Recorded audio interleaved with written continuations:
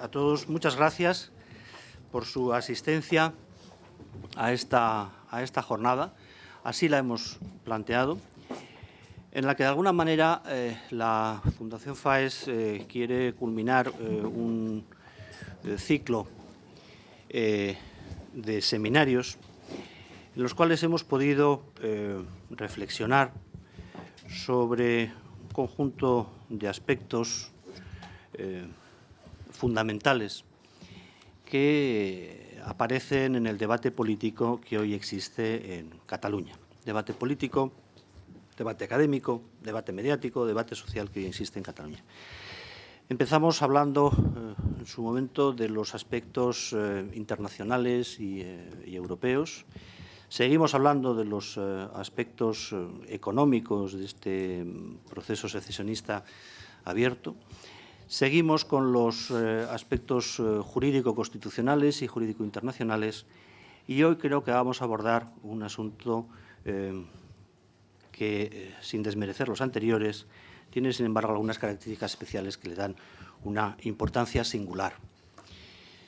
Yo creo que podemos partir de la base de que la historia, y así lo hemos querido titular, Cataluña en España, hablando de historia, de identidad, cultura, la historia es materia de ciudadanía y, por tanto, interesa cómo se cuenta la historia, interesa qué historia se cuenta.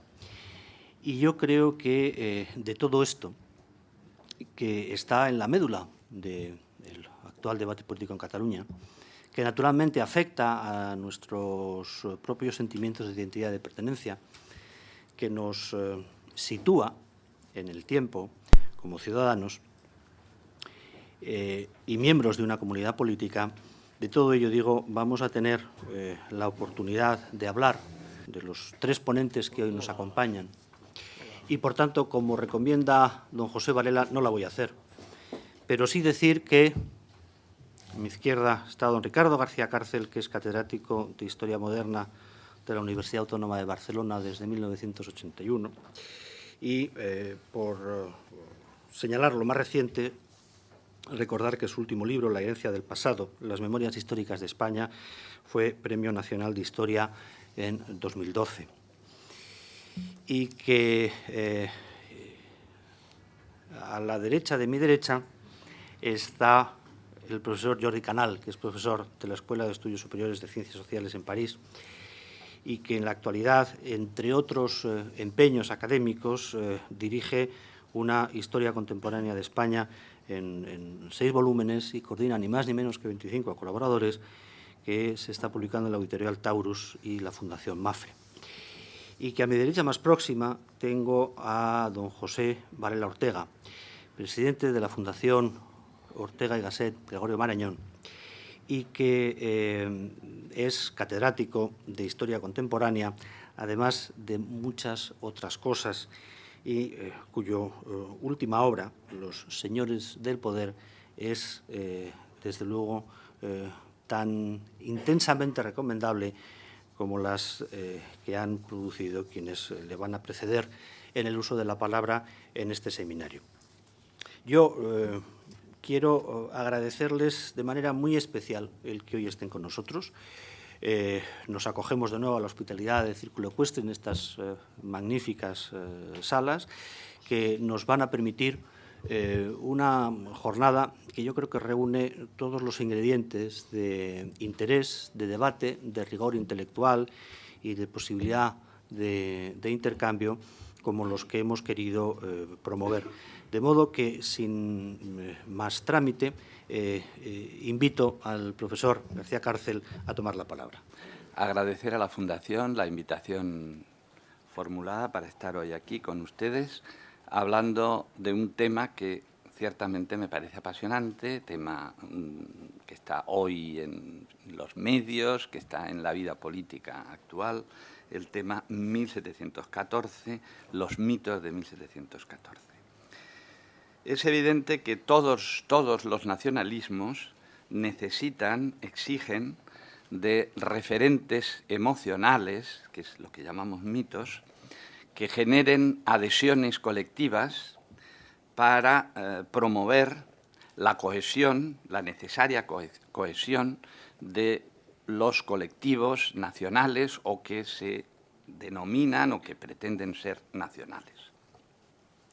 El nacionalismo catalán ha construido, repito, como todos los nacionalismos, ha construido su propia historia sobre muchos mitos.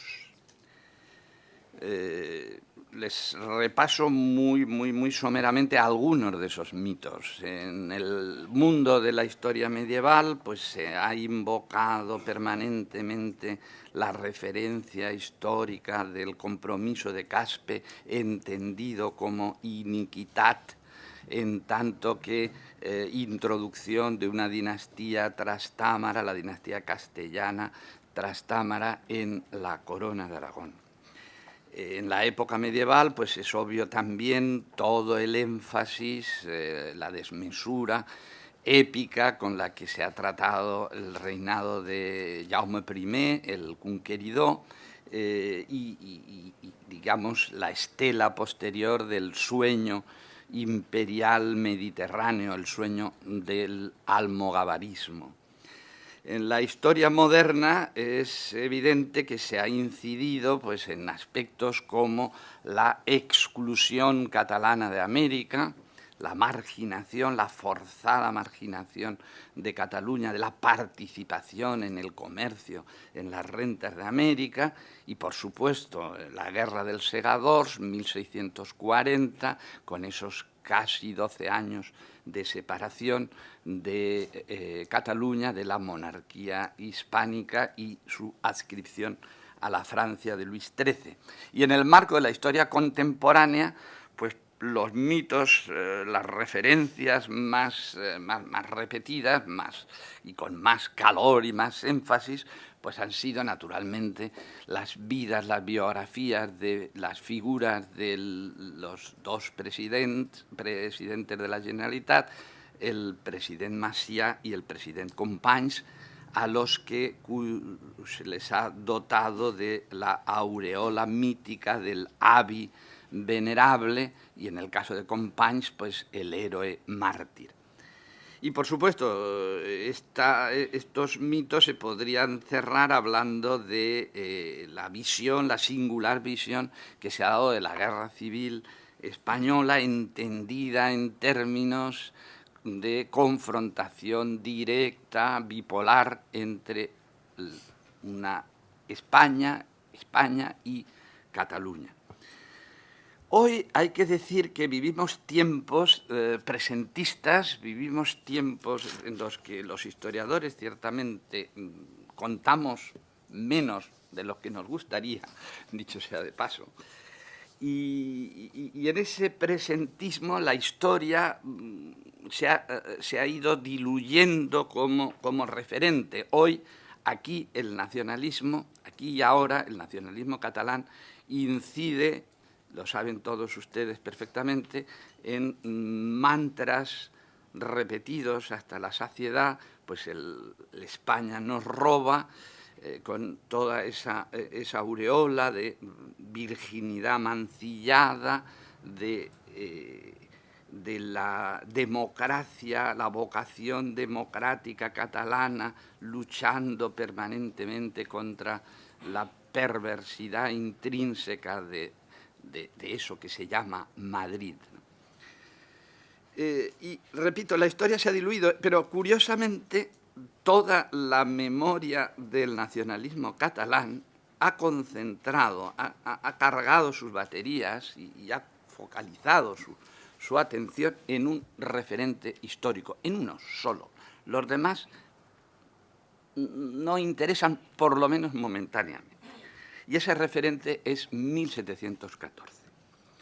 El final de la Guerra de Sucesión, la entrada, 11 de septiembre de 1714, entrada de las tropas borbónicas en Barcelona, en la Barcelona sitiada durante 1 año y 3 meses. Bien, hoy vamos a hablar aquí de eso, de lo que llamo los mitos de 1714, las deformaciones, las distorsiones interesadas que se han hecho a caballo de esa fecha con enorme valor simbólico. Lo primero que hay que decir es que como referente memorístico de la historia de Cataluña es un referente tardío. Es un referente tardío porque, efectivamente, Rafael de Casanova, el gran héroe, el hombre invocado permanentemente como gran héroe en el sitio de Barcelona y homenajeado cada año, todos los 11 de septiembre, homenajeado en su monumento de en la Ronda, Rafael de Casanova murió en 1743, no murió en 1714, murió muchos años después, murió en Sant Boi ejerciendo de abogado, y un abogado absolutamente distanciado, amargado y desde luego con una visión enormemente crítica respecto a los que habían sido sus compañeros cuando él fue conseller en cap de la ciutat de Barcelona en el momento del sitio.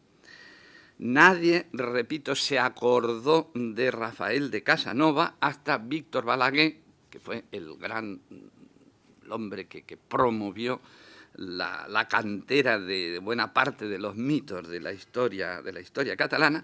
La estatua de Rossend Novàs, la estatua de Rafael de Casanova, se esculpió, se encargó en 1888 con motivo de la Exposición Universal y se colocó en 1914. La fiesta del 11 de septiembre pues, se celebró por primera vez en 1891. Ni Prat de la Riba, ni Cambó, ni la intelectualidad de lo que era la lliga catalana, la burguesía catalana de la época, tuvo especial emotividad, tuvo especial sensibilidad a la hora de evocar lo que había sido el sitio de Barcelona, lo que había sido ese mítico 11 de septiembre de 1714. La primera historia del sitio de Barcelona, obra, dicho sea de paso, recomendable, yo la tengo en casa y la consulto con muchísima frecuencia, está escrita por un clérigo carlista que es Mateo Bruguera, 1871-72. ¿A qué le llamo yo los mitos de 1714? Los mitos de 1714, fundamentalmente, me voy a centrar en dos construcciones de 1714, repito, a mi juicio, claramente distorsionadas. Dos columnas básicas que alimentan, digamos, el imaginario que tenemos respecto a 1714. La primera columna, el primer mito, es lo que podríamos llamar el victimismo, el discurso victimista con el que permanentemente se envuelve la memoria de 1714. Es obvio que, y creo que aquí nadie lo podría cuestionar, que no se puede cuestionar la épica y la dramática que hay en el sitio de Barcelona, ese sitio con la referencia de 30.000 bombas que cayeron sobre la ciudad, ese sitio largo de 1 año y 3 meses, ese sitio que con un ejército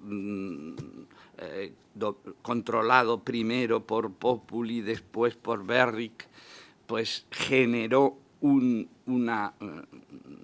desgaste social feroz que recogen todas las crónicas austracistas y borbónicas, todas se hacen eco del patetismo, del hambre, de las privaciones que sufrió Barcelona en ese momento y que generó ciertamente en la Europa del siglo XVIII pues glosas admirativas, entre otras, por citar un ejemplo, Voltaire. Voltaire se refirió en el siglo de Luis XIV, se refirió admirativamente a esa resistencia catalana en el sitio de Barcelona, con resultados pues, bien conocidos: la destrucción del barrio de la Ribera, la construcción de la Ciudadela como signo, como símbolo de la ocupación militar. Esto, repito, es obvio, lo conocemos. No hace falta leernos la novela de Sánchez Piñol, tan exitosa, de Victus, para saberlo. Pero evidentemente, detrás del relato que se ha hecho del sitio de Barcelona, de toda esa épica del sitio de Barcelona, late una simplificación, una banalización profundamente maniquea, porque reduce la historia a un relato, a un cómic de buenos y malos sin ningún tipo de matiz ni de precisión. Yo voy aquí a hacer algunas precisiones. Algunas son bastante conocidas, otras quizás menos. Hay algunas muy conocidas, muy obvias, y que casi no valdrían ni repetir. Que la guerra de sucesión no fue, contrariamente al tópico nacionalista tantas veces repetido, no fue una guerra entre catalanes y españoles. Fue una guerra entre austracistas y borbónicos, partidarios de una opción dinástica en la sucesión de Carlos II, el último rey de Austria, los borbónicos que, apoyados en la legitimidad que les otorgaba la redacción del último testamento por parte de Carlos II, pues postulaban la candidatura del duque de Anjou, del nieto de Luis XIV. Por lo tanto, de entrada, insisto, ese sujeto catalanes versus españoles habría que desterrarlo porque no tiene nada que ver con la realidad. Los catalanes del sitio, los sitiados en la Barcelona de 1713-14, eran catalanes, pero había muchísimos aragoneses, muchísimos valencianos. Los propios nombres de algunas de las cofradías del momento aquí en la Barcelona del 13-14 pues demuestran claramente esa identidad valenciana. Valencianos aragoneses que, por otra parte, habían acabado en Barcelona, recluidos en Barcelona después de la peripecia de la derrota de Almansa y de la caída, digamos, de los reinos de Aragón y Valencia en manos borbónicas. Aragoneses, valencianos y castellanos, y múltiples castellanos. O sea que, insisto, lo de catalanes habría que depurar ese sujeto político. Y luego, respecto a los españoles, pues tampoco tiene ningún sentido. Primero porque los dos líderes sitiadores de la ciudad de Barcelona, ni uno ni otro eran castellanos. Y, por supuesto, el papel que tuvieron los franceses en la participación en ese ejército borbónico sitiador de la ciudad, pues es obvio, es absolutamente incuestionable. La otra obviedad que te quería decir es que el punto de partida de la guerra no podemos olvidarlo. ¿Cuál es el punto de partida de la guerra de sucesión? Pues más allá de la muerte del testamento citado de Carlos II. Pues es muy sencillo. El punto de partida es 1704. ¿Y qué pasó en 1704? Pues pasó algo difícil de explicar y que se han dedicado congresos enteros a intentar explicarlo, a mi juicio, no suficientemente satisfactoriamente. Y es que Cataluña, que inicialmente asumió la legitimidad del testamento de Carlos II y asumió, por lo tanto, a Felipe V, al duque de Anjou, como el auténtico, como el legítimo rey de España, pues en 1704 invirtió radicalmente su apuesta y optó por, en función, a mi juicio, es mi propia interpretación, a mi juicio, de una valoración de las correlaciones de fuerzas en ese momento, políticas y militares en Europa, creyeron los líderes de la sociedad catalana del momento creyeron que era más rentable, que podía resultar mucho más positivo para los intereses catalanes la apuesta por el austracismo, el giro hacia el candidato, el rey archiduque Carlos, luego rey con el nombre de Carlos III en Cataluña, que les era más positivo que no la continuidad, digamos, de la opción por la que habían tomado y que había supuesto, pues nada más y nada menos que unas Cortes en Barcelona en 1701-2, que había supuesto nada más y nada menos la concesión maravillosa, generosísima, concesión de Felipe V de venirse a Cataluña, al monasterio de Vilabertrán, a casarse con su primera esposa. Yo he escrito escribí un libro que me resultó muy fácil, copiar un montón de fullets Bonsoms de la Biblioteca de Cataluña, que publicó la Real Academia de la Historia con el título Elogios de Felipe V. ¿De dónde eran esos elogios? Esos elogios eran de la sociedad catalana en esos 3 primeros años de 1700 a 1703. En el 4 se giró la tortilla, por decirlo en términos vulgares, y desde luego hay que decir una cosa: Felipe V nunca asumió lo que él consideró una traición, un delito de lesa traición, esa inversión que había en la opción política catalana.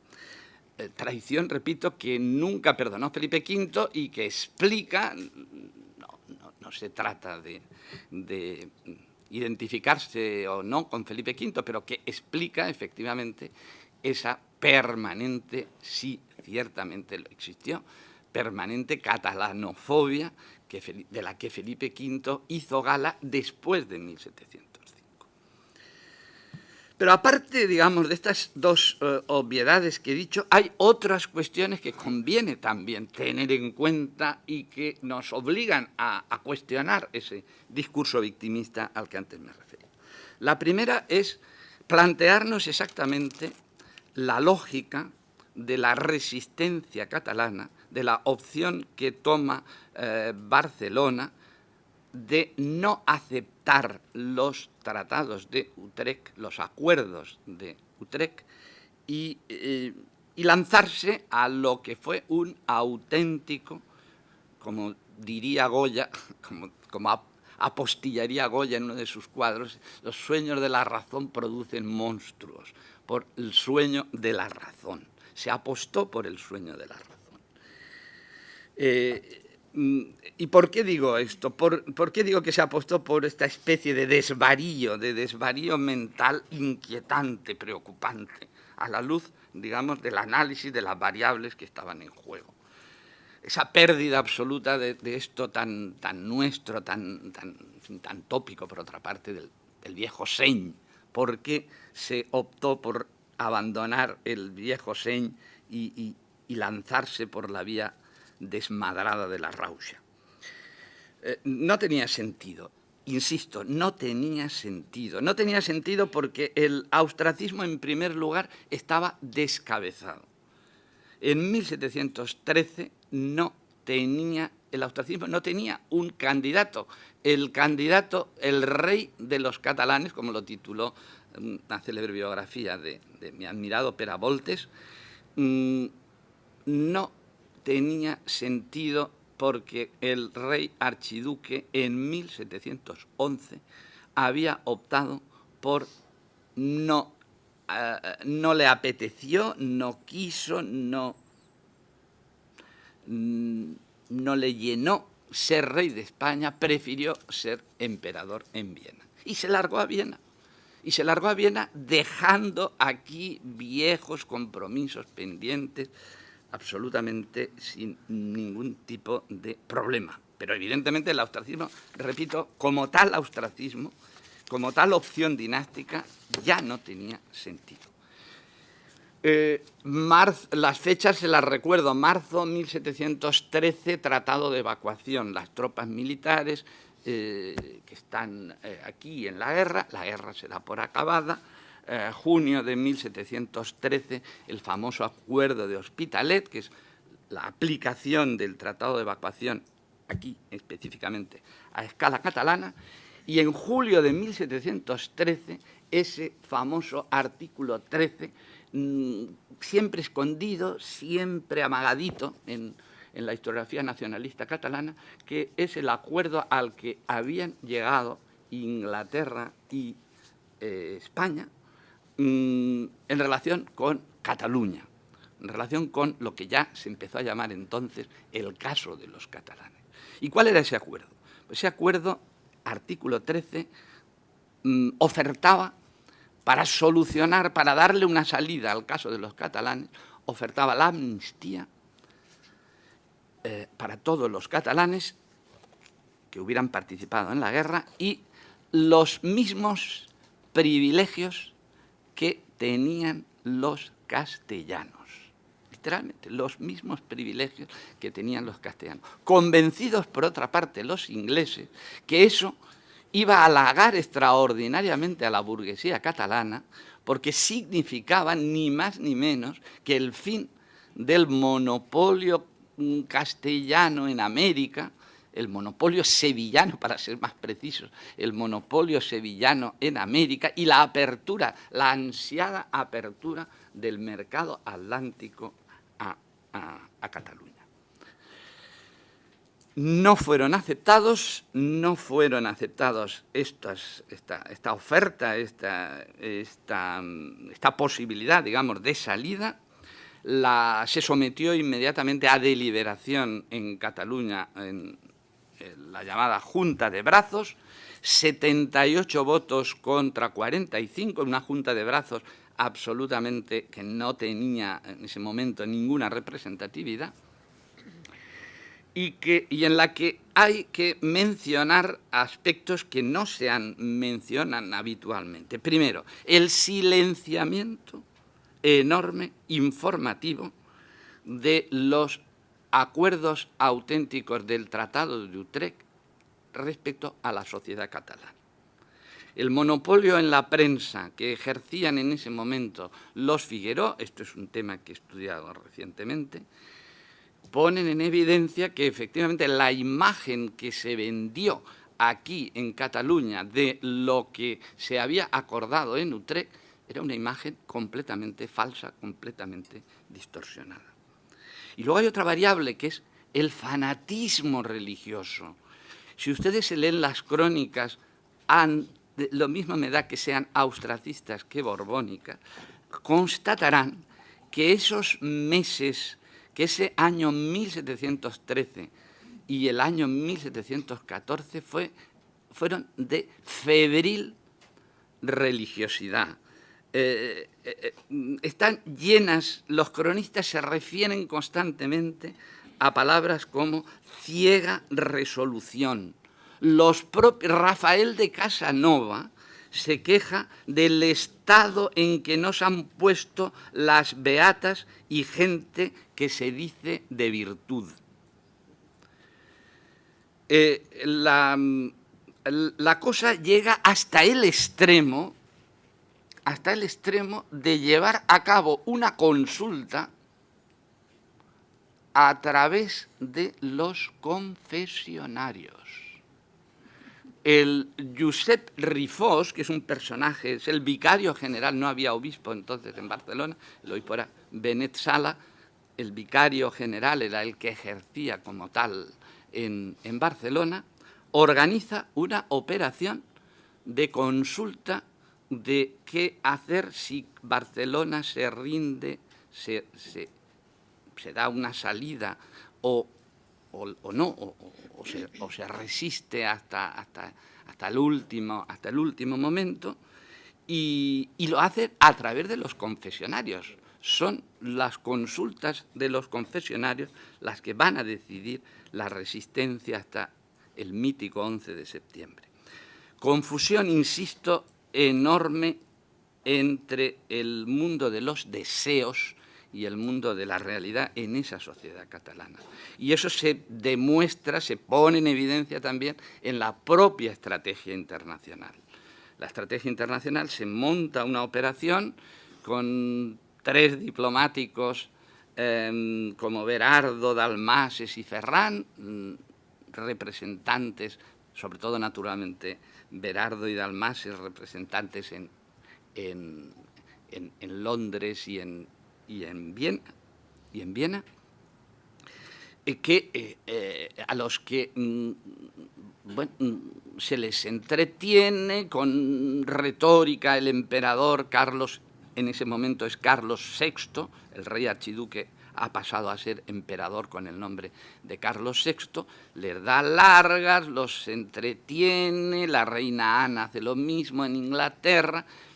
En definitiva, una absoluta y total falta de percepción de la auténtica realidad, que les lleva a situaciones tan surrealistas como la de llegar a intentar, fracasados sus contactos en Londres y en Viena, a intentar pactar con los turcos, aspecto que tampoco jamás se ha estudiado, que sería enormemente interesante.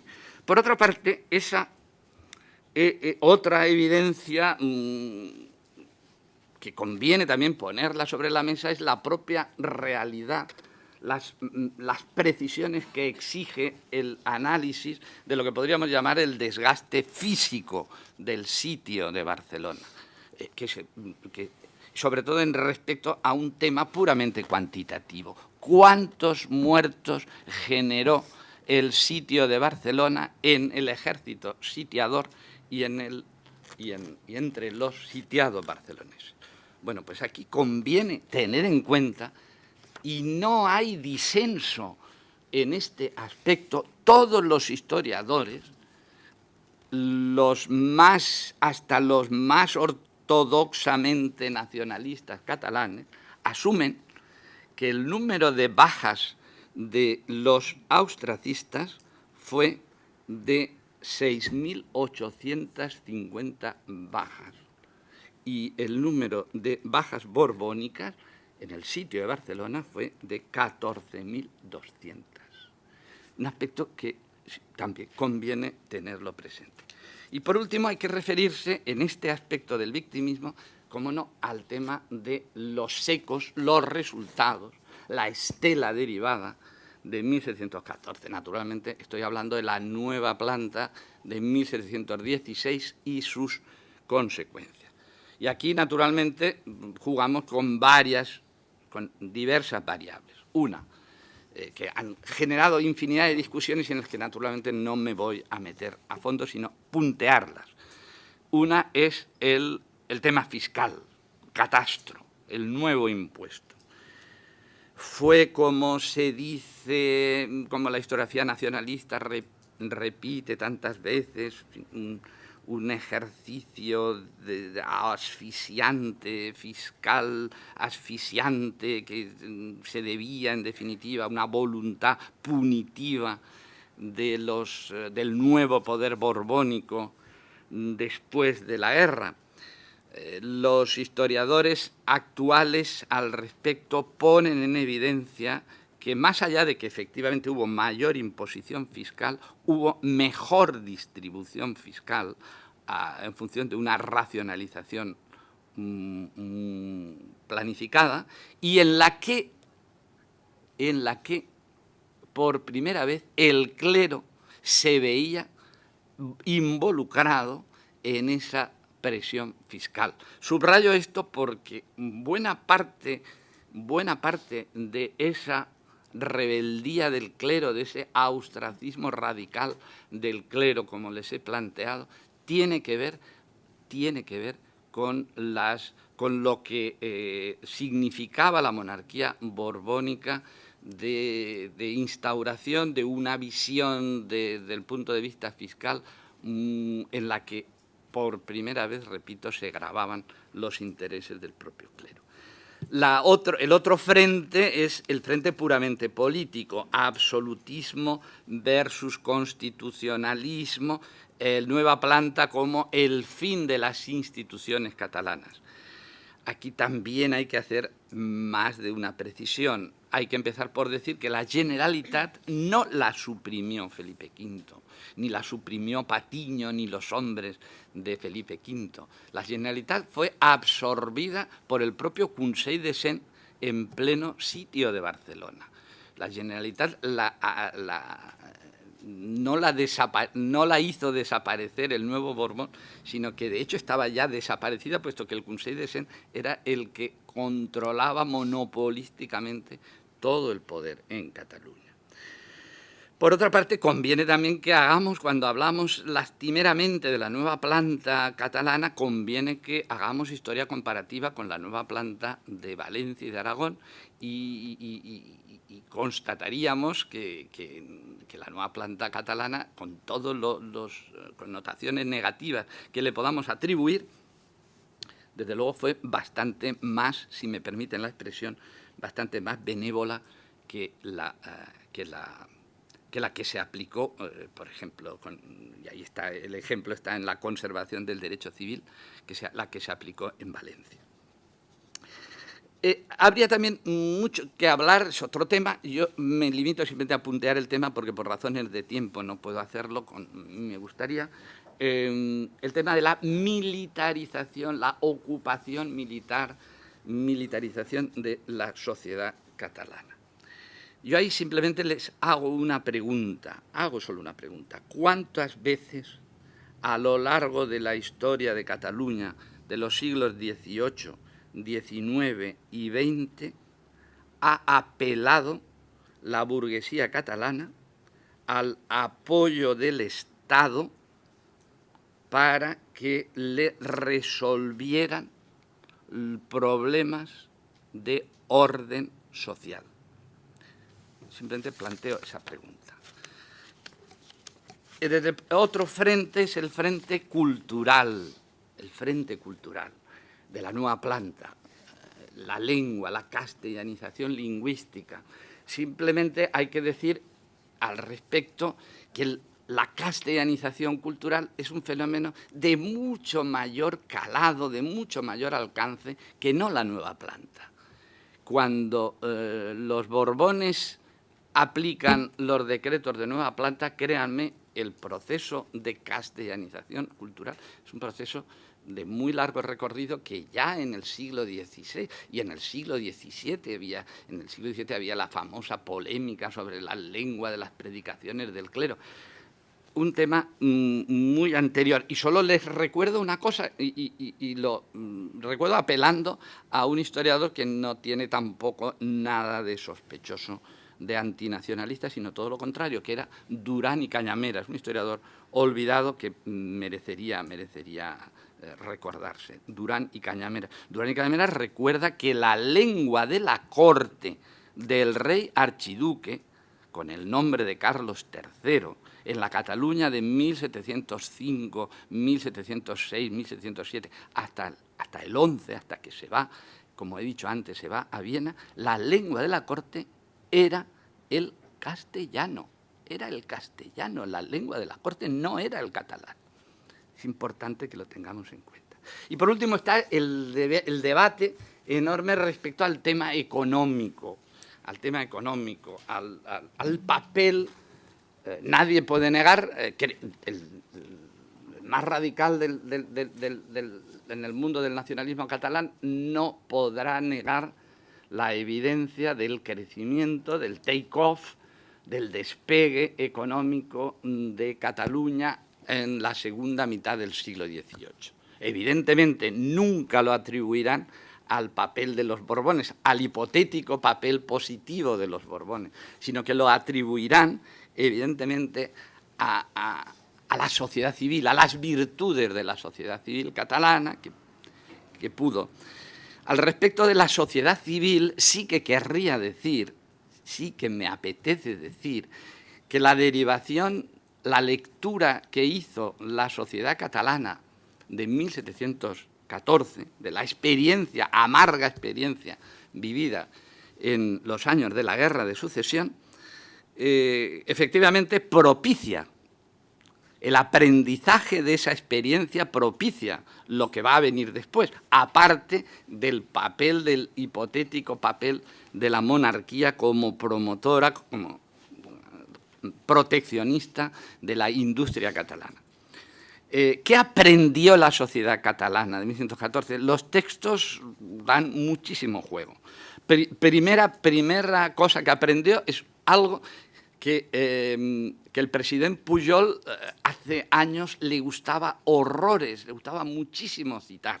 Ahora me da la impresión que no, que es el anem per feina.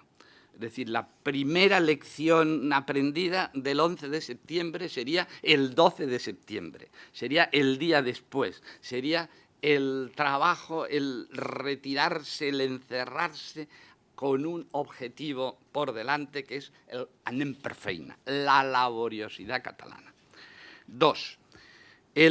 Segunda lección, el desengaño, la amargura del desengaño, la sensación de desolación que daba, que les produce la evidencia como decía antes, de haber perdido el sentido de la realidad. Y en ese sentido no puedo evitar leerles un texto de una crónica inmediatamente posterior al 14, que dice: perdieron lastimosamente los catalanes cuanto hay que perder, que fue la libertad, a la que no se la igualan cuantos tesoros encierra en sus entrañas codiciosa la tierra. No estaban hechos a tan fuerte martillo como el de la servidumbre. Y añade: bella y discreta fábula es la de aquel perro que, llevando en la boca una presa de carne, al pasar un riachuelo, vio era mayor la que en el agua se le representaba. Y codicioso soltó la que tenía en la boca, segura, para asir la que miraba incierta dentro del arroyo, quedando burlado, pues quedó sin una y sin otra. Poseían los catalanes el mayor bien y, persuadidos de sus discursos, soñándose más felices de lo que estaban, quisieron perder lo seguro por lo incierto. Y la tercera evidencia sería el pragmatismo. Se aprendió el pragmatismo, el sentido de la utilidad. Un texto, me van a permitir, les voy a leer el texto de un ampurdanés, Sebastià Casanovas, lo leeré en catalán.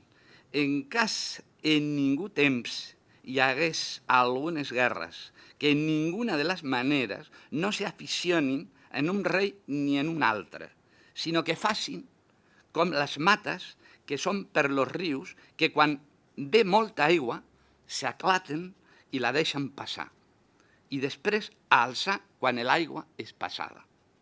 I així obeir-los tots, qualsevol que vingui, però no aficionar-s'hi en cap, que altrament les suceiria molt mal i se posarien en contingència de perdre's ells y tots sos béns. Creo que la lección de pragmatismo, de resultadismo, es evidente. Y voy a acabar rápidamente, evocando muy esquemáticamente la otra columna. Les decía, la primera, el discurso victimista. La segunda es el sueño de la Cataluña anterior a 1714, la idealización que se hace de la Cataluña anterior a 1714, de la Arcadia feliz, el sueño de la Cataluña que no pudo ser. Esto tan nuestro, la frustración, la nostalgia, cómo nos hubiera ido esas hipótesis contrafactuales si efectivamente no hubiera ocurrido lo que ocurrió. Esto naturalmente ha supuesto la idealización, no voy aquí ahora a desarrollar el punto, la idealización de las glosas del régimen pactista o constitucional. Es evidente que Felipe V cumplió los deberes constitucionales con las Cortes del 1-2, y es evidente que el propio concepto de constitucionalismo catalán exige múltiples precisiones, porque evidentemente hay múltiples maneras de entender eso que llamamos el constitucionalismo. Y que desde luego la corrupción no fue ni mucho menos monopolio del absolutismo. Hubo tanta corrupción en el ámbito del constitucionalismo como en el del absolutismo. Y, en definitiva, la idea que me parece fundamental es la idea de que hemos de asumir la pluralidad del concepto austracismo y del concepto borbonismo. No pueden simplificarse en un solo, en una sola corriente. Hubo austracismo en el ámbito castellano, no fue ni mucho menos privativo de Cataluña ni de la Corona de Aragón. Y por otra parte, el borbonismo, eso estigmatizado aquí entre nosotros con esa palabra malsonante del butiflerismo, el butiflerismo no fue un fenómeno marginal en la sociedad catalana de 1714. Rotundamente no fue así. Y no ya lo digo por la estela de lugares, Cervera, Berga, Manlleu, Ripoll, Centelles, que militaron, que fueron ciudades que militaron evidentemente en el borbonismo a lo largo de la guerra, sino que a lo largo de la guerra las fluctuaciones en los poderes locales de las ciudades más importantes de Cataluña es un hecho evidente. No olviden este dato de la Barcelona de 1705, cuando sitia y toman los austracistas la ciudad de Barcelona, entra Carlos en Barcelona, salen de Barcelona 9.000 personas fieles, afines a la causa borbónica. Por lo tanto, lo del residualismo, el mito del residualismo del borbonismo habría que matizar. En definitiva, muchas Cataluñas, muchas Españas. Quisiera subrayar esta idea. Si hay algo que los historiadores podemos ver, es la evidencia de esa pluralidad, insisto, ya en el propio marco, en el propio ámbito territorial de Cataluña y, por supuesto, en el conjunto territorial de España. Y por último, quería, y ahora sí digo por último con toda firmeza, digo que hipótesis contrafactuales. Todos tenemos una tentación que nos afecta a todos los historiadores y ahora más que nunca, la del libro que se están escribiendo sobre hipótesis contrafactuales. Hay algunas hipótesis contrafactuales que sí que podríamos, nos ayudarían a entender o a comprender mejor la realidad. Yo les voy a plantear aquí dos, muy rápidamente. Una, ¿cómo hubiera sido el rey Carlos si en vez de largarse como emperador a Viena con el nombre de Carlos VI, hubiera ganado la guerra y hubiera reinado con el nombre de Carlos III muchos años antes que el otro Carlos III, el borbónico, que vendría unos años después? Naturalmente, aquí se admiten todas las respuestas, es una especulación imaginativa, pero solo tenemos una variable que nos ayuda a aportar una respuesta. ¿Y cuál es? Pues, ¿cómo lo hizo Carlos VI como emperador? ¿Qué criterios políticos, qué modelo político siguió Carlos VI cuando fue a Viena y ejerció como emperador? Pues, créanme, lo más lejos de lo que aquí llamamos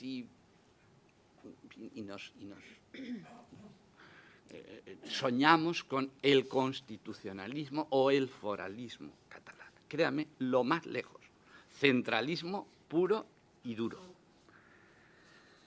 Y eso lo ha demostrado Virginia León con una biografía específica del personaje, de Carlos VI. La otra pregunta, el otro sueño. Hubiera, de haber ganado el austracismo, de de haber sido derrotados los borbónicos, ¿cuál hubiera sido el futuro de Cataluña? El nacionalismo catalán siempre ha tenido, y en los últimos tiempos de manera especial, sobre todo desde la era Cruyff, una fascinación por el modelo holandés, el sueño holandés.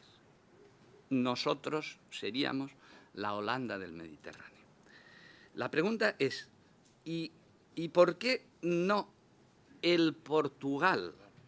Es decir, hay muchos más elementos, no puedo extenderme ahora, pero créanme, hay muchos más elementos para pensar que Cataluña hubiera seguido una línea paralela, lo que equivale a decir alienación política y económica a Inglaterra, se hubiera mucho más parecido al Portugal que en el Tratado de Methuen, en 1703, marcó precisamente su dependencia, su vinculación con respecto a Inglaterra.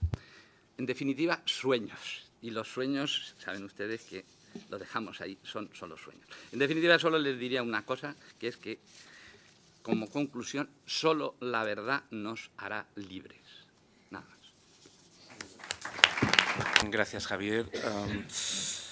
Primero, evidentemente, agradecer a la Fundación FAES esta invitación para hablar aquí, agradecer sobre todo a Javier Zarzalejos, a Cayetán, a Albert de Toledo y a Ignacio Starloa, y decir de entrada que para mí es un honor, digamos, intervenir entre Ricardo García Cárcel y José Varela Ortega, dos personas a las que quiero mucho, que no han sido mis profesores, pero sí han sido mis maestros.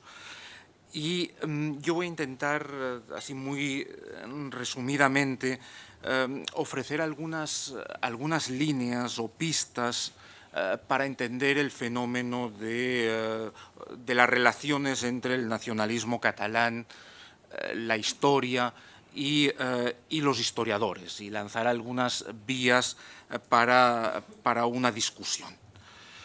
De entrada, plantearía que tanto el catalanismo como después, desde finales del siglo XIX, y siendo luego mayoritario en el siglo XX, tanto el catalanismo primero como luego, insisto, desde finales del siglo XIX, el nacionalismo, como más adelante el nacionalismo independentista, muy minoritario en el siglo XX, en todos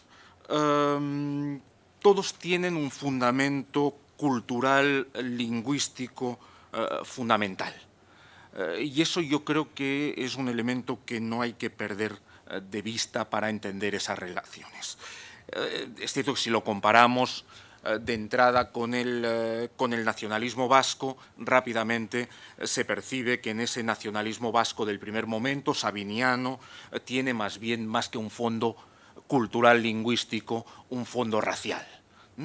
Con eso no quiero decir que el nacionalismo catalán esté totalmente al margen de las cuestiones raciales. Y ahí los dos volúmenes de Francisco Caja yo creo que nos dan pistas para entender que el tema racial está más ahí de lo que hemos querido ver en muchos momentos. Pero al margen de eso, yo creo que el fundamento cultural lingüístico es básico para entender primero el catalanismo del XIX, luego el nacionalismo del XX y ahora el nacionalismo independentista del siglo XXI.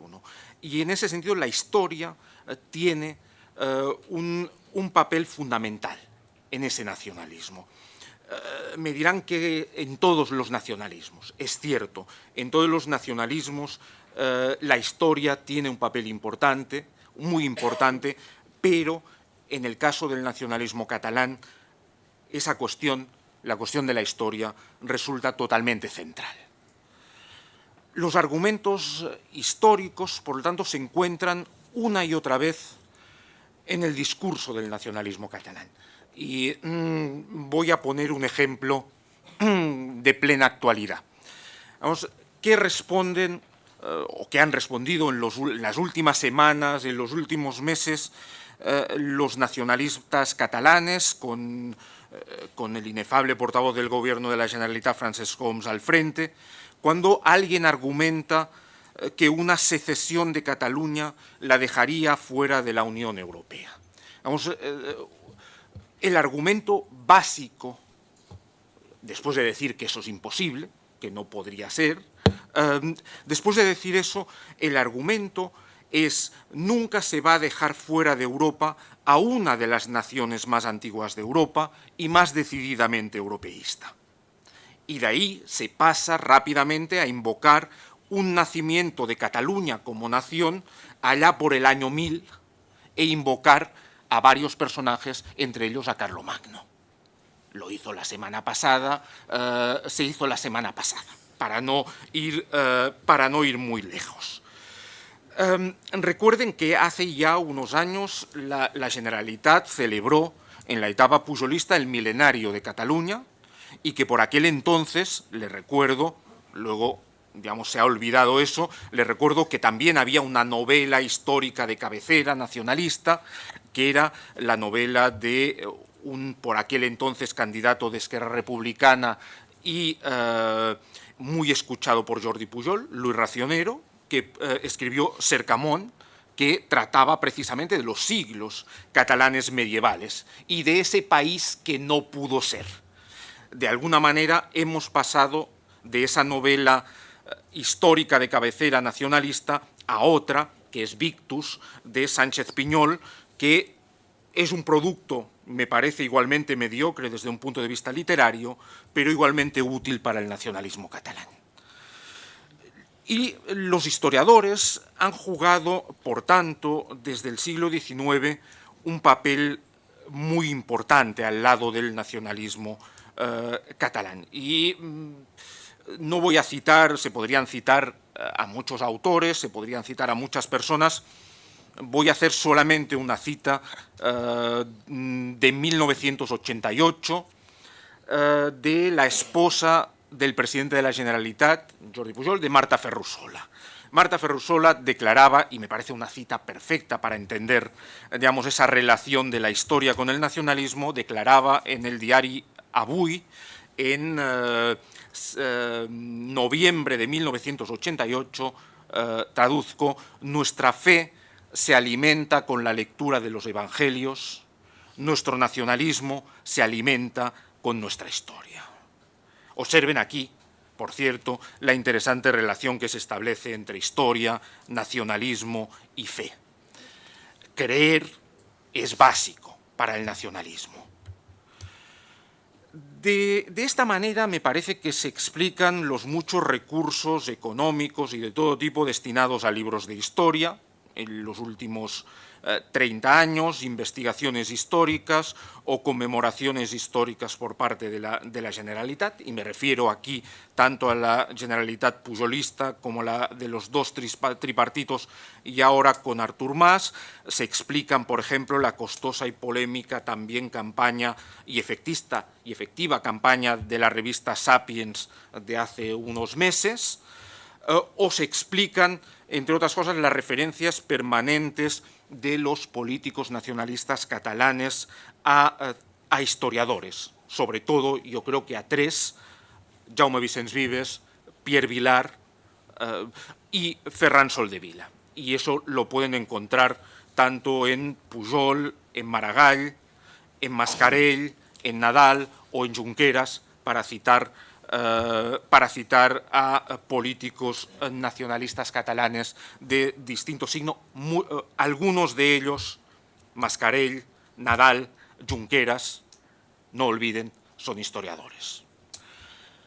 Esta trascendencia de la historia ha llevado a lo largo del siglo XX y hasta hoy, me parece, a una obsesión por la escritura de una historia nacional de Cataluña, desde Rovira i Virgili y Ferran Soldevila hasta Jaume Sobrequés. Una historia que sería la historia de una vieja nación desde antes del desde antes del año 1000, aunque con evidentes antecedentes, sin llegar a la idea de Torras y Bages de una Cataluña eterna y creada directamente por Dios, pero con evidentes antecedentes, una vieja nación europeísta desde el primer momento, amante de la libertad, y se añade demócrata, piensen que de esa manera se interpretan fenómenos como el parlamentarismo medieval o la paz y tregua de Dios. Recuerdes el famoso discurso de Pau Casals. Y toda esa Cataluña, esa vieja nación, digamos, con todas esas virtudes, se la opone a Castilla-España, que habría intentado dominar y dominado efectivamente a esa Cataluña a partir de 1714, con esa desaparición de las libertades que contaba Ricardo García Cárcel, de las libertades que son leídas en un sentido muy equívoco, totalmente equívoco, de democracia. Y Cataluña, siguiendo esa narración, ese relato de la historia nacional, habría renacido poco a poco en el siglo XIX, es la Renaixença, y habría empezado su camino hasta hoy de recuperación de su libertad e independencia. Porque es evidente que en ese discurso Cataluña ha sido independiente hasta 1714. Como ven, ese argumento de la historia dicha nacional de Cataluña es, de alguna manera, les estoy contando el argumento del famoso y patético Congreso España contra Cataluña. De hecho, es un ejemplo de desarrollo de ese discurso. O si quieren, se puede acudir a lo que a mí me parece que es hoy el ejemplo más claro de un intento de una historia nacional y canónica de Cataluña, que es el libro Historia de Cataluña, de Jaume Sobrequés y Callicó, editado en 2007 y con múltiples reediciones y traducciones a otras lenguas, y que se pretende que sea el libro de cabecera, digamos, para los estudiantes de Cataluña y para todos los que vengan a Cataluña y quieran saber su historia. Solamente 4 notas sobre la introducción, porque me parece, digamos, muy significativa. Empieza afirmando que la historia es una ciencia social. Luego dice, pero el historiador tiene un compromiso con su país, aun sirviendo hasta donde sea posible la verdad. Y añade, estas consideraciones son universales, pero sirven sobre todo para Cataluña. Y cito textualmente, una nación sin Estado propio, pero que lo tuvo a lo largo de casi 1000 años, y que si lo desea debería poder ejercer el derecho a decidir para tenerlo de nuevo. Le sonarán las palabras.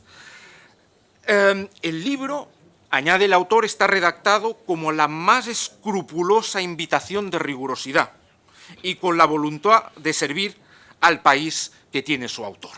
Citas textuales. Y vuelve a añadir, esa es la historia de Cataluña, es la historia de una nación con Estado propio durante siglos, agredido durante 2 siglos, los de la época moderna, evidentemente, y finalmente destruido a inicios del siglo XVIII. Lucha del pueblo catalán desde entonces,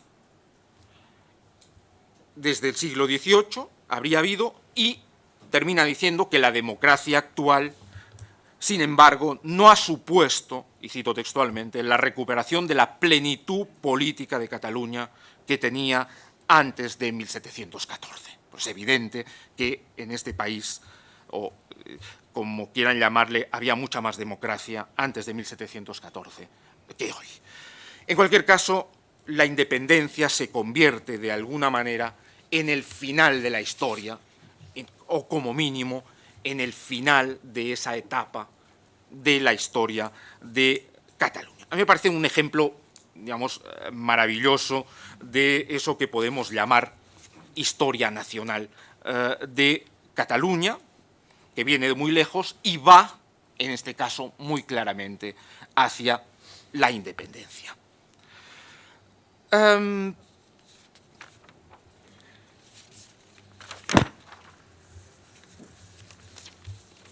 Esta historia nacional parte de también de la idea que resulta posible explicar la historia de Cataluña sin referencias permanentes a su inclusión, participación en España. Esta última, España, sería el otro, casi siempre el enemigo, lo que acabaría llevando a un juego de buenos y malos. Evidentemente, esta historia es simplemente una ficción, pero es la gran aspiración de una parte de la historiografía catalana y del nacionalismo catalán a lo largo del siglo XX, y lo sigue siendo en nuestros días. Hubo una época, en cualquier caso, ya pasada en Cataluña, en la que los historiadores denunciaban y analizaban los mitos de la historia de Cataluña, un poco como acaba de hacerlo Ricardo García Cárcel. Era la época del dominio de lo que Euselaida Cal llamó el Frente Populismo historiográfico, el de las décadas de 1970 y 1980. Y ahí predominaba una historia, sobre todo una historia contemporánea, que era crítica, heredera de Vicens Vives, aunque olvidándose un poco del Noticia de Cataluña de Vicens Vives, que se sigue sin decir claramente, es un producto claramente neorromántico y muy poco moderno, pero eso se pasa por encima, pero digamos, heredera de Vicens Vives, una historia comprometida y a veces hasta el punto de estar al servicio de algunas causas, lo que explica también, no solo para Cataluña, sino para España en general, por qué una parte de la historiografía, de los libros de historia escritos en los 70 y en los 80 son tan fácilmente y deben ser olvidados. No están al servicio de la historia, están al servicio de causas distintas, la revolución, el nacionalismo, utopías varias. Una historia muy marcada por el marxismo, declaradamente marxista o de pátina marxista, que son dos cosas distintas. No todo el marxismo declarado aquí en esos años era marxismo de verdad. Yo creo que había mucha pátina marxista en muchos discursos. Era una historiografía contrapuesta a otra historiografía neorromántica, la que representaron en su momento Rovira y Virgili o Ferran Soldevila, y era, creo, una historiografía bastante moderna, considerada, en todo caso, con sus problemas, pero considerada pionera o de influencia para la historiografía española. Eso es, simplificando muchísimo, la situación de los 70 y 80 en Cataluña. Ese predominio me parece que se rompe totalmente en los 90. Y yo creo que hay tres razones que explican esa ruptura. En primer lugar, el peso del nacionalismo en Cataluña, ya muy asentado, muy fuerte y extendido en los 90, y de unos gobiernos, los de la Generalitat de los 80 y de los 90, dispuestos a invertir y mimar la historia y a los historiadores.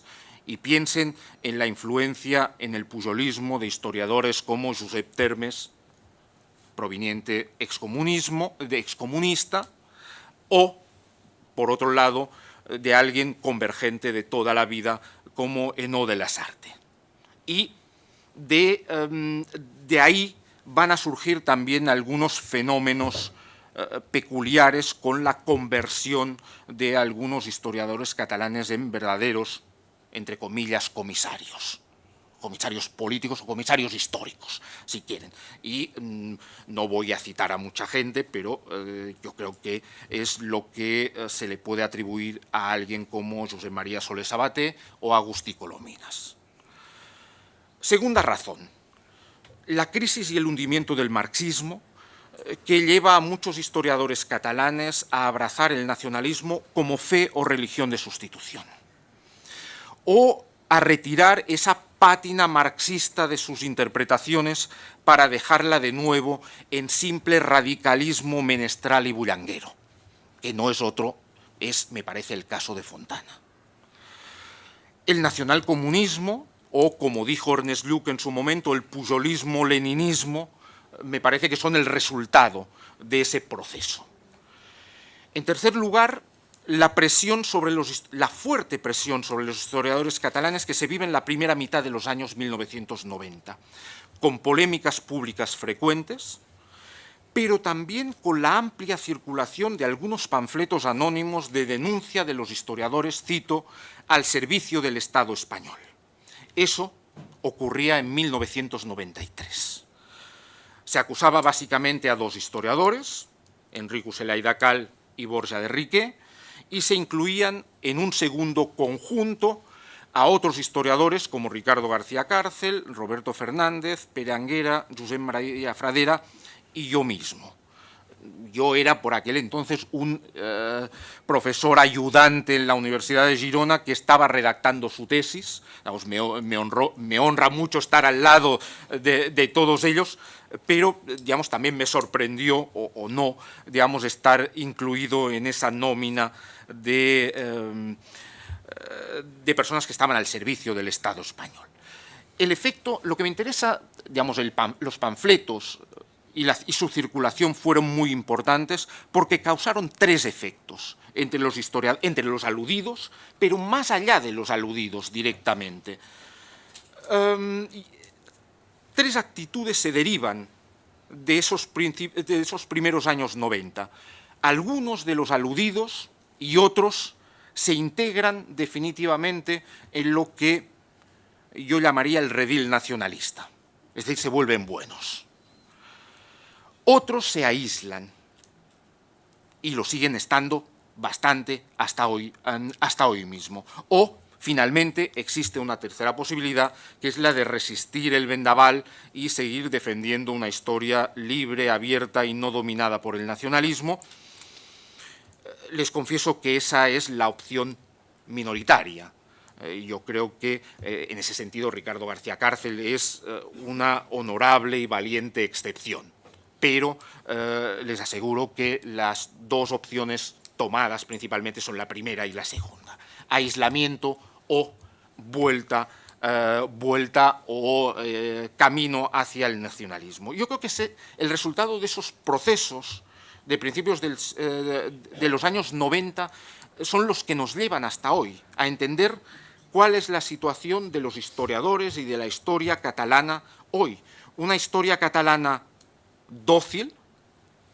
Ahí la idea de espiral de silencio usada por Girauta me parece muy pertinente, espiral de silencio, o también por parte de algunos se ponen directamente hasta hoy al servicio del nacionalismo.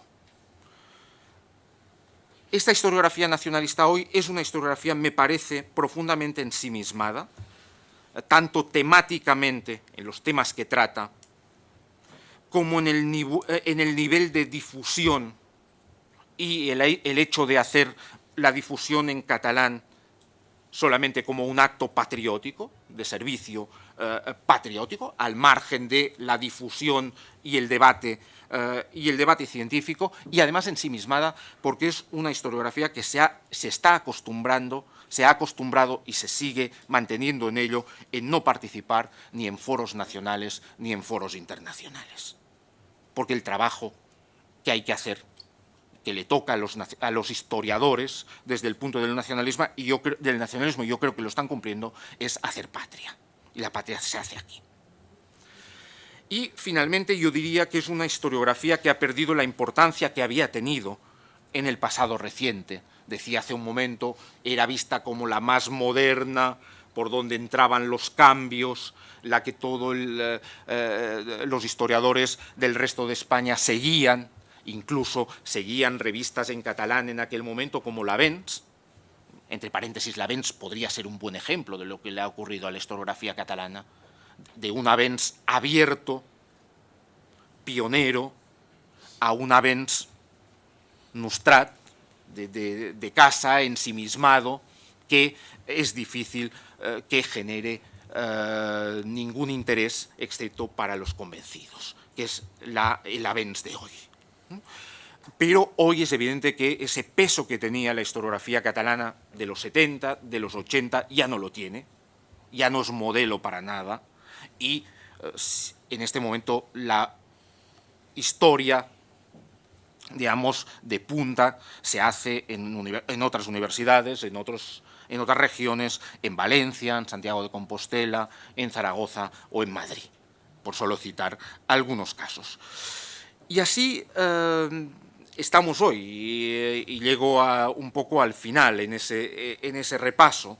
Digamos, estamos con un nacionalismo que juega fuerte con el tricentenario 1714-2014, lo ha explicado Ricardo, con unos historiadores que asienten, que participan, asienten o callan en su mayoría, vuelvo a la idea de la espiral del silencio, pero callar es una opción, asentir es otra, participar directamente es otra.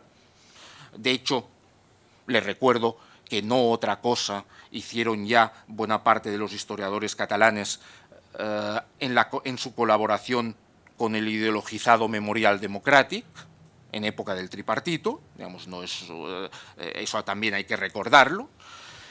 E incluso yo creo que lo que ya lleva la cosa a una situación que se puede, si no la estuviéramos viviendo, diríamos que es increíble, es que los historiadores aceptan, o casi todos los historiadores, o buena parte de los historiadores, ir detrás en las conmemoraciones del año 2014, no de otros historiadores, sino de un par de cómicos. Mikimoto, Miquel Calçada y Toni Soler. Yo creo que no hay mejor ejemplo de la renuncia flagrante del espíritu crítico que fundamenta lo que Marc Bloch, en la Apología por la Historia, denominó el oficio de historiador. Es la destrucción del oficio, de las bases en que se fundamenta el oficio. Y fíjense, por ejemplo, y voy a hacer una cita rápida, lo que plantea Miquel Calçada en un artículo titulado La conmemoración del tricentenario, la fuerza de 1714. Es un artículo de 2013, débil históricamente, pero, como verán, también sintácticamente. Cataluña se encuentra hoy de nuevo en otro momento decisivo de la historia, como en 1714. Justo en el momento en el que el país se ha despertado y ha aceptado el eco que viene de lejos, y como la voz de la conciencia que nos indica lo que debemos hacer a pesar de las dificultades que racionalmente somos capaces de entrever.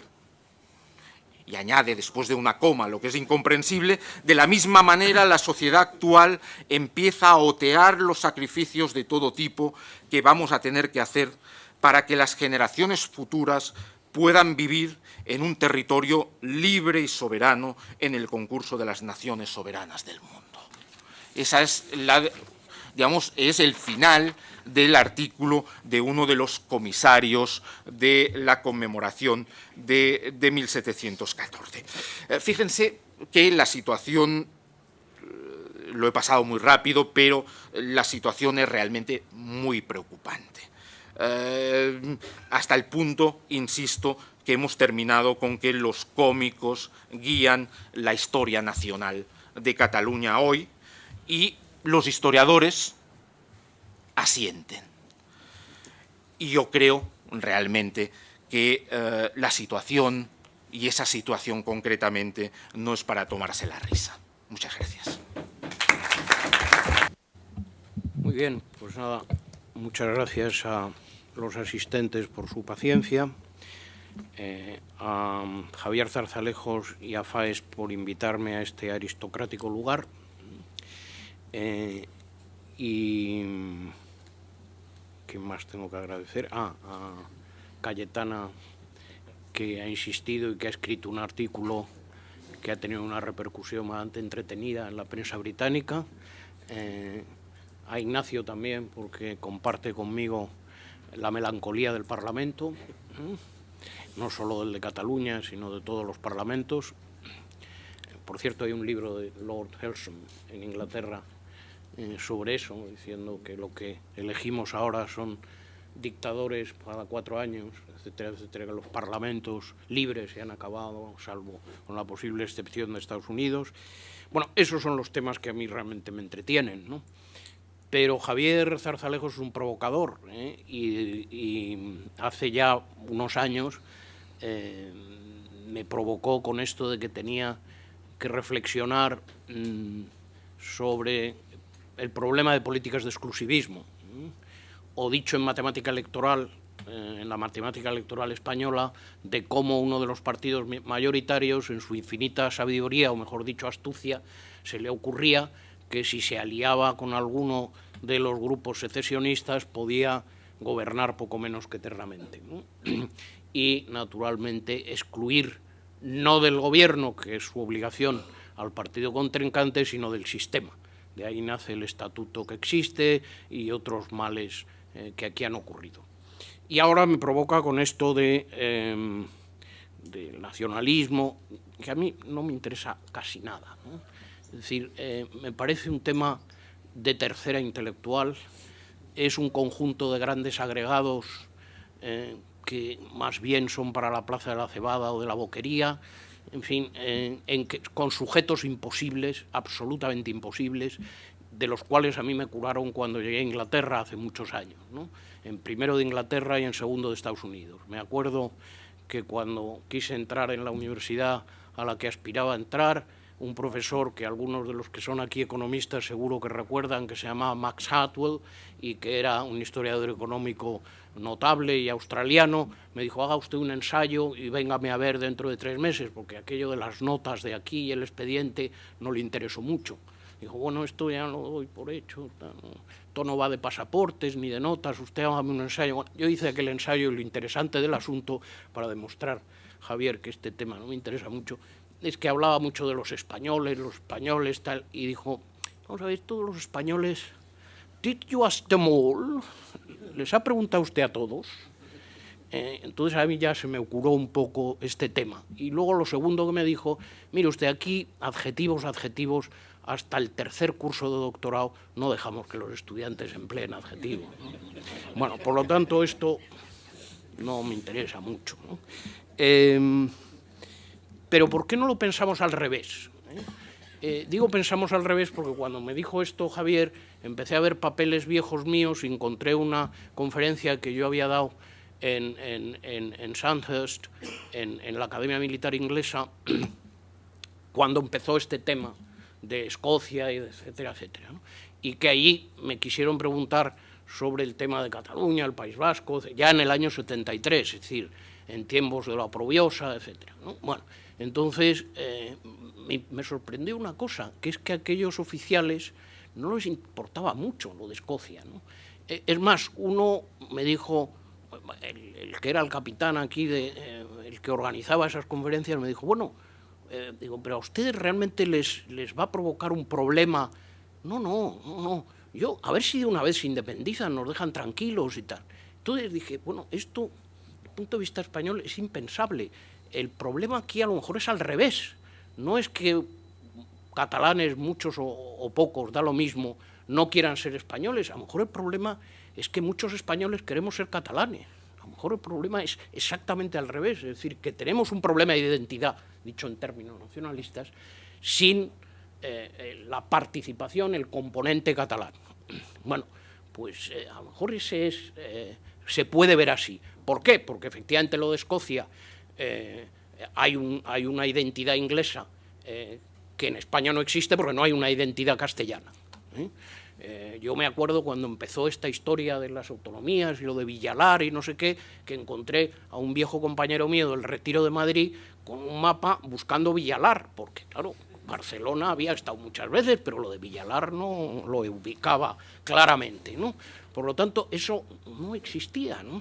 Por lo tanto, empecemos por distinguir dos cosas muy distintas, ¿no? Catalanismo como fenómeno cultural, ya lo ha dicho Jordi, en el cual cualquier español civilizado le parece, bueno, algo positivo, algo parte de sí mismo, es una riqueza, es otra lengua. Yo me acuerdo con el presidente de la fundación, que yo ahora presido, porque yo antes hacía los presidentes, que era bastante más divertido que serlo, que era don Pedro Durán Farrell, que en Buenos Aires me decía, mira, estos del Casal catalán, que claro, yo les quiero convencer que enseñar catalán aquí no tiene mucho sentido. Entonces yo discutí más bien al revés. Le dije, hombre, don Pedro, yo creo que es una riqueza que nosotros tenemos, es un hecho diferencial que es positivo, que es distinto de otros lugares.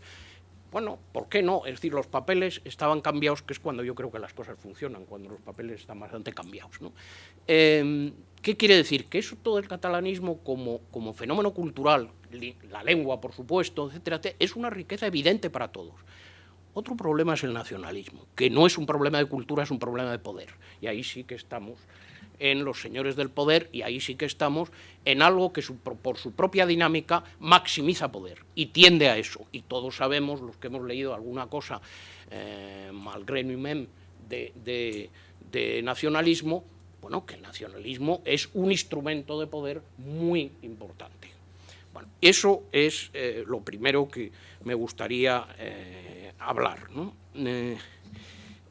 Lo segundo, dentro del primer capítulo así introductorio rápido, es que aquí estamos en dos falacias muy poderosas. Esta Cayetana nos decía, Loare de Toledo, en ese artículo, que son catchphrases que realmente a la gente le agarran, ¿no? Una es el derecho a decidir. Bueno, alguien lo ha dicho, me parece, aquí en Cataluña, ¿no?, que decidir no es un verbo intransitivo, ¿no? Es un verbo transitivo, decidir qué. Y parece que algo han decidido, desde luego no será porque yo los he votado, a los nacionalistas, digo, durante muchas décadas aquí. Eso sería la primera cuestión, ¿no?, pero que tiene una enorme fuerza. Una palabra sobre esto del derecho a decidir, incluso si lo convertimos en verbo intransitivo, ¿no? Vamos a ver, no hablan de eso, todos lo sabemos, y ya por fin se empieza a decir, ¿no? Hasta el registrador de la propiedad que nos gobierna por fin ha dicho que él no tiene competencias para hablar del tema, es lo mejor que ha dicho en el último año, ¿no? Que eso pertenece al sujeto de soberanía, que es el conjunto del pueblo español, o el conjunto de la ciudadanía. Bueno, por lo tanto, aquí no hablan del derecho a decidir, que nadie discute a los efectos, en fin, de votaciones, sufragio universal, etcétera, etcétera. No, hablan del cambio de sujeto en soberanía, ¿no? Y quienes mejor lo han expuesto, nunca mejor dicho en el sentido inglés también de la palabra, son los del Val de Arán, ¿no?, que han dicho, hombre, si se trata de esto de trocear el sujeto de soberanía, pues yo también, ¿no? Es decir, ¿por qué no por provincias, que es una cosa bastante bien hecha, o en otro tipo de demarcaciones? Puede abrirse cualquier discusión, en cuanto a si decidimos trocear el sujeto de soberanía.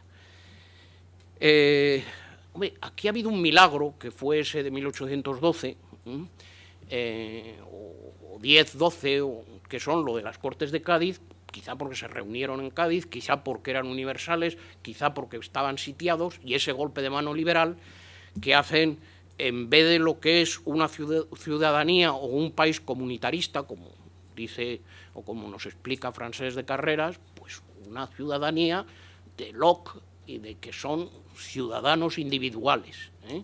El Discovery of the Self, como reza un libro sobre la Grecia clásica, y esto de Aristóteles, que el descubrimiento de uno mismo y del sujeto individual es la esencia de la democracia nuestra, es decir, en ese sentido, no comunitarista, no del Blutenboden, porque aquí lo que había es un Blutenboden, además armado por curas contra la invasión napoleónica. Bueno, hay ese milagro de Cádiz que los sitian y hacen esa constitución inservible, pero probablemente milagrosa, en el que define claramente que esto es una nación de ciudadanos libres e iguales, y quien mejor lo expresa, como saben ustedes bien, es un diputado por, como él dice, Barcelona, no de. La preposición, ahora estamos en contra, la otra preposición, pero entonces era por y de, ¿no? Y Antoni Capmany dice muy claramente, señores, aquí no hay más que una nación de ciudadanos, no hay provincias, no hay condados, no hay principados, hay ciudadanos. Por lo tanto, yo estoy aquí como representante por, no representante de. Bueno, eso es así en todas las constituciones democráticas españolas desde 1812, de esa tradición, como saben los constitucionalistas que están aquí, pasando por la del 37 frustrada, por la del 69, por la del 1931 y por la actual de 1978. Eso es así, ahí está definido el sujeto de soberanía. Bueno, ahora lo que proponen es otra cosa, que es esto de trocearlo. Por lo tanto, nadie cuestiona el que decidan. Convendría que le pusieran el complemento al verbo, pero bueno, nadie cuestiona eso. Lo que están planteando es el troceamiento de eso. Pero ciertamente, y en eso nos lo debemos plantear, la catchphrase esa de Cayetana tiene una enorme fuerza. ¿Por qué no voy yo a decidir? Todo. Dicho sea de paso, yo estoy convencido que si en Vallecas se hace un referéndum, dicen, ¿tiene usted derecho? Por supuesto que tengo derecho a decidir, por supuesto. Bueno, y entendámonos en esto de lo que son demarcaciones, porque ahora iremos a la otra frase importante. Las demarcaciones quiero decir geográficas, ¿no? Vamos a ver, la democracia, la matemática de la democracia es aritmética, no es geometría, ¿no? Eso de hacer círculos es otra cosa, ¿no? Es otra cosa, ¿no? Y tiene que ver con la siguiente frase que tiene una enorme fuerza. España nos roba. España nos roba. Bueno, eso tiene una enorme fuerza. Bueno, vamos a dejar de robar, que es, hagamos impuestos que no sean progresivos. Impuestos que, bueno, no se sabe cómo se va a financiar determinadas cosas. Lo asombroso aquí es que el Partido Socialista, que es el que tendría que decir, para mí el impuesto es una forma de redistribución y por lo tanto, por supuesto que es desigual, y donde hay gente con mayor capacidad adquisitiva paga más, es tautológico el argumento, es tautológico. Y además la representación geométrica de la realidad no es regular, es irregular, incluso en la naturaleza es irregular. Bueno, pues por supuesto que donde hay más ricos pagan más. Esto es asombroso, lo del Partido Socialista, ¿no? Porque, claro, piensen ustedes en términos, antes de morir Pablo Iglesias, incluso después de morir Pablo Iglesias, el Partido Socialista, el PSOE, se negaba a celebrar el 2 de mayo, se negaba a celebrar el 2 de mayo porque le parecía una fiesta nacionalista, reaccionaria, etcétera, etcétera. Bueno, ahora parece que la berriguna y la diada tienen unas calidades especiales que no reúne el 2 de mayo, ¿no? Bueno, es asombroso, es asombroso. Y que en esto de impuestos progresivos no digan, por supuesto que sí, por supuesto, pero eso no es robar, eso no es robar, desde mi punto de vista. Bueno, yo soy ultraliberal y esto de los impuestos, no crean ustedes que me entusiasma, ¿no? Y además no creo que sea un instrumento de gran progreso. Pero desde un punto de vista socialista me parece asombroso que no lo hayan dicho. En la España contemporánea, desde que empezó esta historieta nacionalista, hablo del siglo XIX, los partidos socialistas, la izquierda, desde luego en Cataluña también, no hablemos de la margen izquierda de vuestro pueblo, Juanjo y Javier, ¿no? La izquierda ha sido el valladar frente al nacionalismo sin pelos en la lengua, precisamente por este tema de nos roban, no nos roban. O sea que la idea es curiosa, ¿no? Que un partido de izquierda haya renunciado a ese tipo de bandera. A mí me parece asombroso, aparte de la bandera fundamental, que es también una bandera de izquierda, que la derecha española acepta en 1890, cuando Cánovas acepta la ley de sufragio universal, introducida en el 89 por los liberales, de que, bueno, esta es una nación de ciudadanos libres e iguales, y que se acepta el sufragio universal, por lo menos masculino. Bueno, entonces me parece asombroso que la izquierda haya renunciado a ese tipo de bandera. Bueno, voy a lo central, a lo que me parece que habría que reflexionar. Este señor Mas, que tenemos aquí, dice algo que sí convendría reflexionar, y me lleva un poco al principio de esta charla.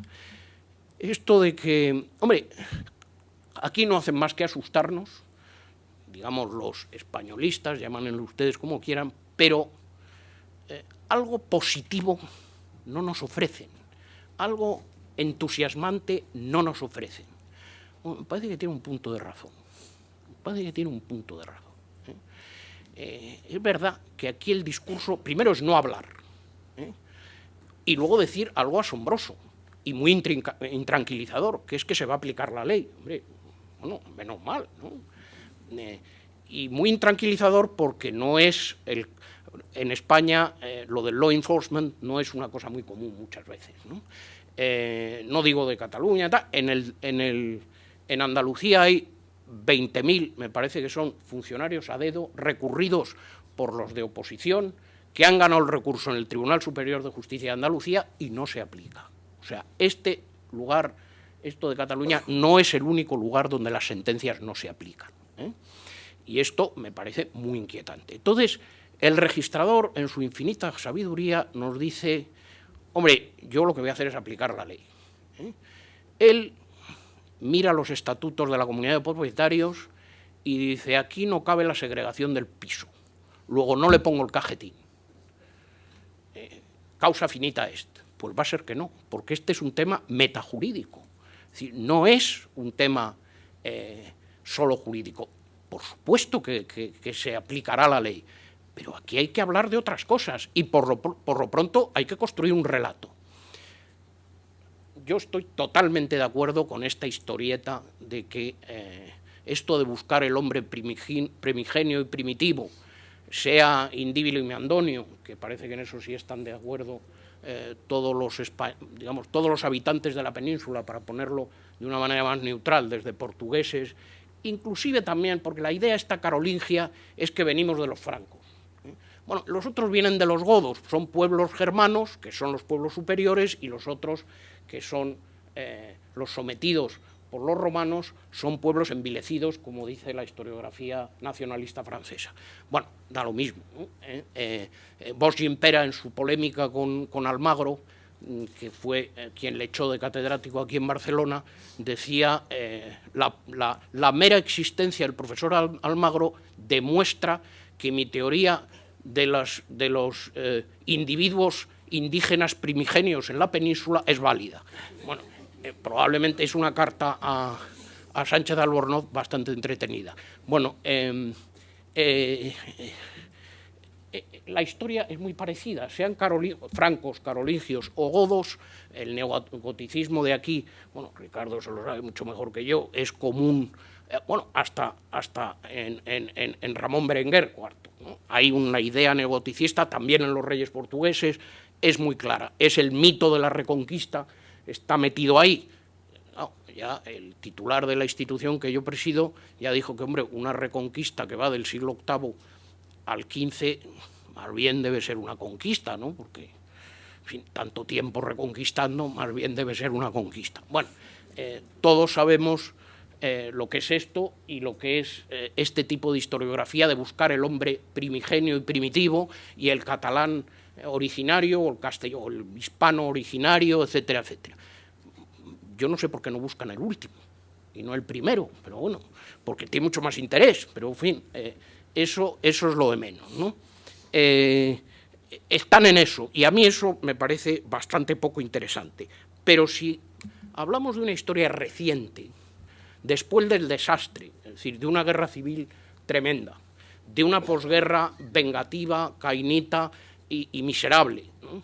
Hombre, a partir de segunda mitad de los 50, que yo ya sí tengo un recuerdo, en este país no se ha hecho más que progresar. Incluso si ustedes integran el desliz zapatero o tripartito, que la verdad es que me reconocerán que el tripartito ha tenido un éxito realmente fastuoso, ¿no? Después de convertir esto en bono basura, ahora son los héroes de la película, ¿no? Me parece fantástico como operación, ¿no? Bueno, y Zapatero ha escrito eso del dilema y tal. Bueno, es fantástico, ¿no? Están dándole la vuelta al tema. Hombre, a pesar de eso, esta es una historia de éxito cifrable en muchos aspectos, con todos los problemas que hay, que son muchísimos. Pero, bueno, si vamos a las cifras, desde el año 55 al 75, incluso dentro de la Probiosa y con ese ser impasible y sanguinario que gobernaba aquí, pues tenemos que el crecimiento del PIB anual acumulativo es 6 y pico %, 6,9%, lo cual es una cifra en 20 años absolutamente espectacular, que hay muy pocos países que haya ocurrido eso. Y luego hay otras etapas de crecimiento que ya no son más cercanas, las de los años 80 al 92, y luego 80 y tantos al 92, y luego del 96 al 2005, o 6 o 7. Bueno, es decir, si uno lo toma en conjunto, lo de este país es simplemente espectacular. No hablemos si eso aproximamos la lente a lugares como Cataluña o como Madrid. Bueno, todos nos acordamos, esto es un población manchego, la frase de Azaña, etcétera, etcétera, en cuanto se haga autonomías esto se hunde. Bueno, no parece que la predicción haya ido por ahí, ¿no? Es decir, que aquí hay una historia que contar, una historia reciente, hablo, bastante positiva, y tiene razón este señor Mas en decir, hombre, no nos cuentan más que miedos, sustos, horrores, y no nos dan una razón positiva. No estoy seguro que esa razón convenza a señores que están en otra, ¿no? Pero sí nos convence a nosotros, nos puede convencer a nosotros a hacer una formulación positiva de lo que es la ciudadanía esta española en general. Y eso me parece que debe ser así, ¿no? Y se debe hacer así. Aquí hay una historia reciente que es bastante buena, que es bastante positiva, que desde luego fuera de España como tal se concibe, que incluso ahora bueno, pues se ha recompuesto el asunto bastante bien, con todos los problemas que ustedes quieran, que son muchos, ¿no? Que se ha recompuesto bastante bien y que convendría contarla y formularla, convendría contarla y formularla. ¿Qué se puede hacer? Que sería lo que aquí un poquito habría que hablar, ¿no? Yo no creo que esto de la consulta francés que dice, oye, hay que hacer la que se gana y tal y más. Bueno, yo no sé, porque no sé si eso ya es crear el sujeto de soberanía, ¿no? Pero sí algo en que voten todos hay que hacer, ¿no? Lo único que me parece virtual de esa milonga de los socialistas, con perdón por los que hay aquí, del federalismo, que no explica muy bien, a lo mejor es que no lo expliquen, y que además no estoy nada seguro que los nacionalistas eso les guste, porque me parece que no están en eso para nada, pero hombre, tiene una virtualidad, si se ponen de acuerdo los dos grandes partidos, que es que exige un referéndum en algún momento, y es muy difícil entonces decir, no, mire, votamos nosotros solo, los otros no. Ahí la catchphrase esta de Cayetana se vuelve del revés, ¿no? Eso, en eso estoy de acuerdo con Francesc, ¿no? Se vuelve del revés, es imposible decir que no voten los de Palencia, eso no se puede, no se puede formular la respuesta contraria. Por fin, y con esto termino, lo único que me parece divertido de toda esta historia, intelectualmente hablando, nacionalista, que vuelvo a repetir, a mí no me interesa nada, me parece aburrida y me parece, como ha demostrado Jordi y otros, intelectualmente de tercera regional, ¿no? Es esto del contrafactual, eso sí me parece muy entretenido. Es que todo este pensamiento nacionalista se basa en un contrafactual que más o menos es como sigue, y que ustedes lo han visto aquí en Barcelona y lo hemos leído todos y oído una y otra vez. Yo me separo, pero ustedes no, ustedes no. Es decir, yo me muevo, es el anti-Leibniz, yo me muevo, pero el resto sigue igual. Bueno, la realidad no se comporta así. Es decir, desde Leibniz sabemos que si se cambia un elemento, el resto se recompone en relación a ese elemento.